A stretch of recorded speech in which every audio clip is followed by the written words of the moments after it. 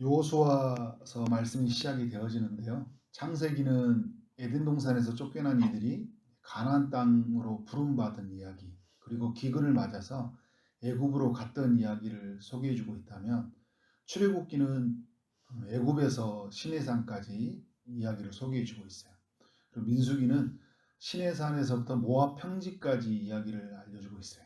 레위기는 시내산에서 기록된 글이고, 또 신명기는 모압 평지에서 기록된 글이죠. 이게 이제 모세의 오경까지의 이야기인데, 여호수아는 여호수아서는 모압 평지에서 요단강을 건너 가나안 땅 이제 들어가는 이야기를 우리에게 알려주고 있죠.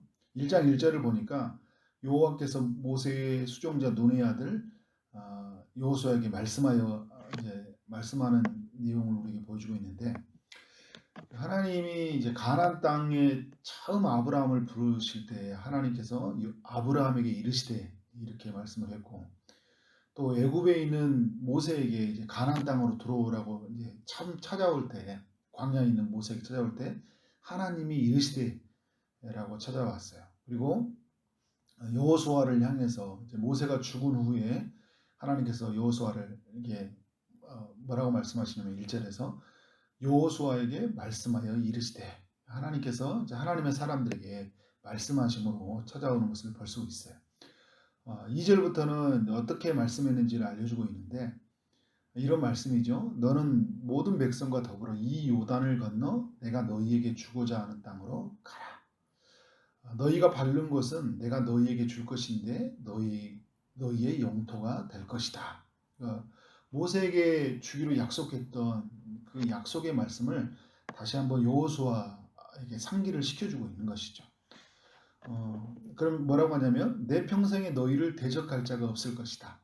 모세와 함께 하던 것 같이 너희와 함께 하겠다. 내가 너희를 떠나지 아니하며 버리지 아니할 것이다. 모세에게 주었던 약속이에요. 떠나지 않고 버리지 않겠다. 항상 함께 하겠다는 약속이죠. 너는 강하고 담대하라. 그리고 이제 모세로부터 받았던 이 율법을 다 지켜 행하는데 좌로나 우로나 치우치지 마라. 그러면 형통할 것이다.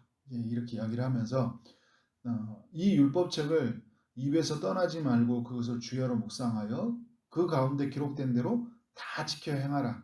그리하면 내 길이 평탄하고 내가 형통하리라. 그러면서 다시 말하는데, 강하고 담대하라. 두려워하지 말라. 놀라지 말라. 내가 어디로 가든지 너희와 함께 할 것이다. 강하고 담대하라. 두려워하지 말라. 놀라지 말라. 이 말씀을도 모세에게 주었던 말이에요. 모세에게 주셨던 말씀인데, 다시 한번 이 여호수아에게 이 말씀을 이제 들려주고 있는 거예요. 그러니까 모세에게 주셨던 이 말씀이 전달되어졌다는 것을 통해서 뭘 말하고 있는 걸까요? 이스라엘의 리더는 바뀌었지만, 상황은 바뀌었지만 하나님은 바뀌지 않았다는 거예요. 그들이 지금 이제 머무는 장소가 광야에서 가나안 땅에 들어갈 거예요. 요단강을 건널 것이고 들어가게 될 거예요. 리더십이 이제 모세로부터 여호수아로 바뀌었어요. 그런데 하나님은 동일하다는 거예요. 하나님께 주신 약속, 그리고 그의 율법, 그리고 하나님의 함께하심, 그 모든 것은 말씀하심은 바뀌지 않았다는 것. 그 하나님만 바라보고 간다면 문제가 없다는 것을 알려주고 있는 것이죠. 이 여호수아와 이스라엘 백성들이 해야 될 건 뭐냐면, 하나님의 말씀을 하나님과 그의 말씀을 믿는 것이죠. 그리고 그의 말씀에 온전히 순종하며 나아가면 가나안 땅에 들어가는 것은 안전한 여정이 될 것이다 라는 것을 알려주고 있는 것이죠. 이스라엘 백성들에게 가나안 땅에 들어갈 때 그들에게 붙잡고 싶은 단어는 뭐냐면 형통이고, 또 오늘 말씀에 보면 7절과 8절에 보면 뒤에 어디로 가든지 형통한다, 평탄하게 될 것이다, 또 형통하리라 했던 것처럼 험난한 여정 속에서 평탄하게 가고 싶은 마음이 있는 것이죠. 그리고 불확실하고 불안전한 상황 속에서 뭘 원할까요? 형통을 원하는 거죠. 그런데 이 형통과 평탄은 하나님께 있다는 거예요. 사람들은 이 하나님께 있는 것인데, 하나님이 주시는 것인데 늘 자기 자신이 평탄한 것을 찾아가잖아요. 지혜를 짜가지고 힘을 모아서.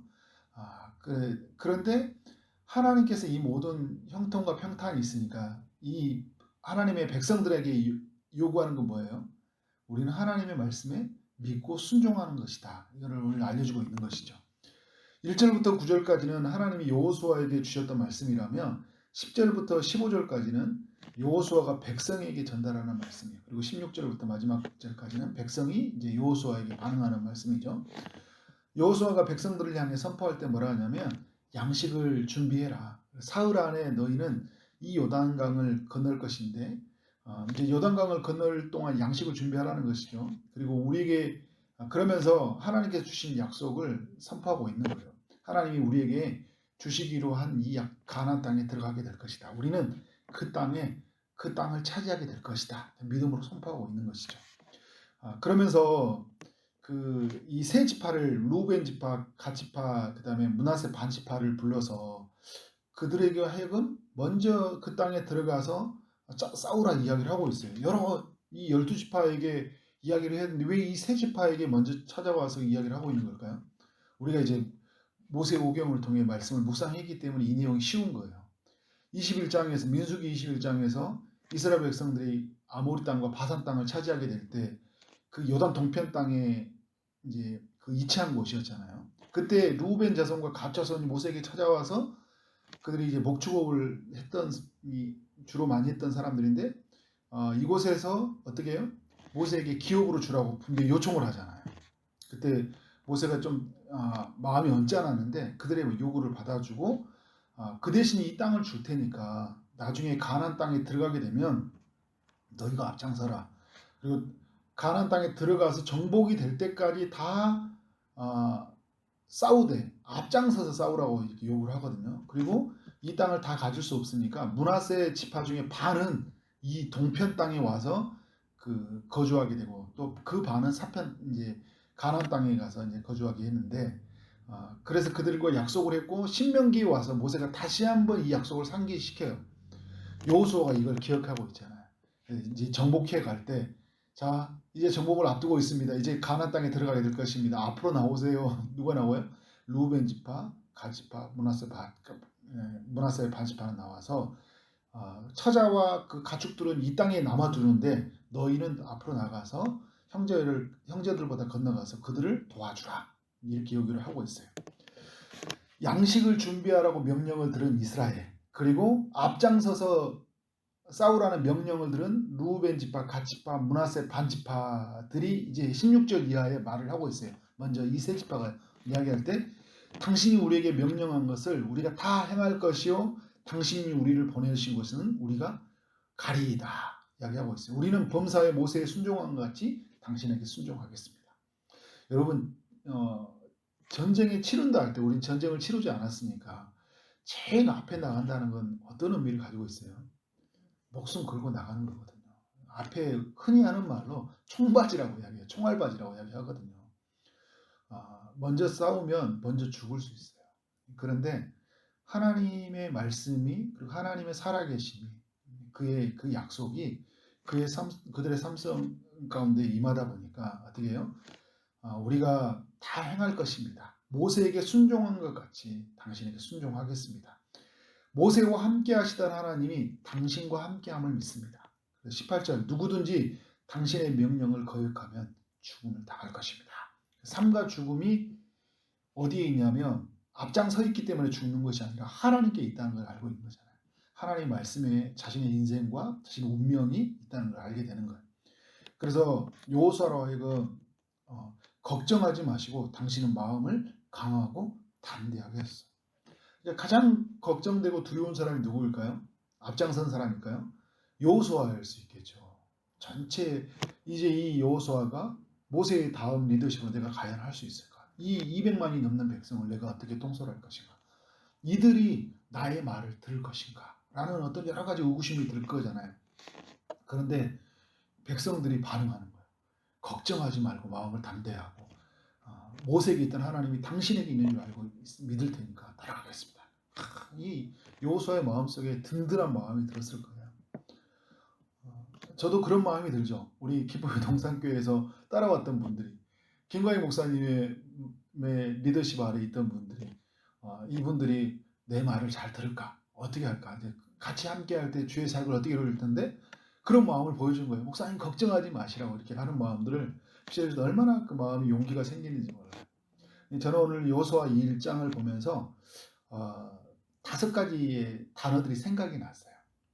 이제 가나안 땅에 입성을 앞두고 있는 사람, 요단강을 건너야 되거든요. 큰 요단강 강물이 있고 그 건너가서 여리고성이라는 큰 성이 있고 그리고 그 지나가야 될 수많은 그 적들과 견고한 성읍이 있는 이곳에 어떻게 들어갈까? 그리고 어떻게 차지해서 어떻게 분배를 할까라는 그런 두려움들, 걱정이 있을 때 오늘 1장은 5가지의 단어가 정리가 되죠. 하나는 약속. 하나님이 그 모세로부터 하여금 약속을 상기시켜 주잖아요. 상기시켜 주면서 하나님이 이렇게 너에게 주셨고 내가 이렇게 일할 것이라는 그 약속의 말씀을 다시 한번 상기를 시켜줬어요. 그리고 이제 이 약속의 말씀 앞에서 어떻게 했어요? 여호수아가 믿었어요. 그리고 믿음 다음에 또 하는 단어가 뭐냐면 순종이라는 단어. 오늘 보면 그 이후에 보면 내가 당신의 말에 순종하겠습니다 하면서 하나님의 말씀에 순종하라는 이 단어들이 계속 흐르고 있어요. 그리고 또 중요한 단어가 어떤 단어예요? 율법이에요. 가나안 땅에 들어가서 이 약속의 땅, 나라가 이루기 위한 3가지 요소가 있죠. 주권이 있어야 되고 영토가 있어야 하고 백성이 있어야 돼요. 그런데 여러분 이제 이 가나안 땅에 모든 것이 회복이 되어지죠. 주권자 하나님의 주권이 회복이 되어지고 그리고 영토가 있고 백성이 들어가는 한 나라를 이루어져요. 그런데 여러분 이렇게 있다고 해서 나라가 형성이 되는 게 하나님의 나라는 그렇게 되는 게 아니에요. 뭐가 있어야 돼요? 그 중심에 하나님이 주신 말씀, 율법이 있어야 되는 거예요. 그 율법이 중심으로 가지고 하나님 주권자를 세우고 그 영토의 나라의 모든 땅을 질서를 이루어져 가야 되거든요.